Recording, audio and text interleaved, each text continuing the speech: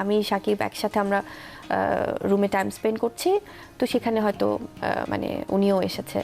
এবার অশুভ নাম কেন মুখে না আমি একদিকে শাকিব খান ও অপু বিশ্বাস, অন্যদিকে শাকিব খান এবং বুবলি। বাংলাদেশে এই সম্পর্ক ঘিরে জল কম খোলা হয় না। একটা সময় অপু বিশ্বাসের সঙ্গে শাকিব খানের সম্পর্কের তিক্ততার কথা ছিল সকলেরই জানা। তবে পরিস্থিতি এখন বদলেছে। শাকিবের দ্বিতীয় স্ত্রী বুবলিও তাদের ছেলে শেহজাদ খান বীরের কথা প্রকাশ্যে আনেন, আর তখনই বুবলির সঙ্গে তিক্ততা বাড়ে শাকিব খানের। সম্প্রতি ঈদে একটি সাক্ষাৎকার দিয়েছিলেন বুবলি, আর সেই সাক্ষাৎকারটি ঘিরেই আবারও আলোচনায় আসেন শাকিব খান ও অপু বিশ্বাস। বুবলি বলেন, তিনি ও শাকিব বীরের সঙ্গে একান্ত সময় কাটাচ্ছিলেন, আর সে সময় অপু বিশ্বাস জয়কে নিয়ে ঘরে ঢুকে পড়েন।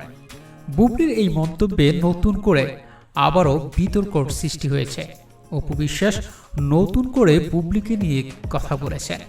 অপু বিশ্বাস বলেন, বুবলির সঙ্গে প্রথম দেখা হয় রমজানের প্রথম দিন। আমি সেদিন আগে থেকেই জয়কে নিয়ে সাকিবের বাড়িতেই ছিলাম।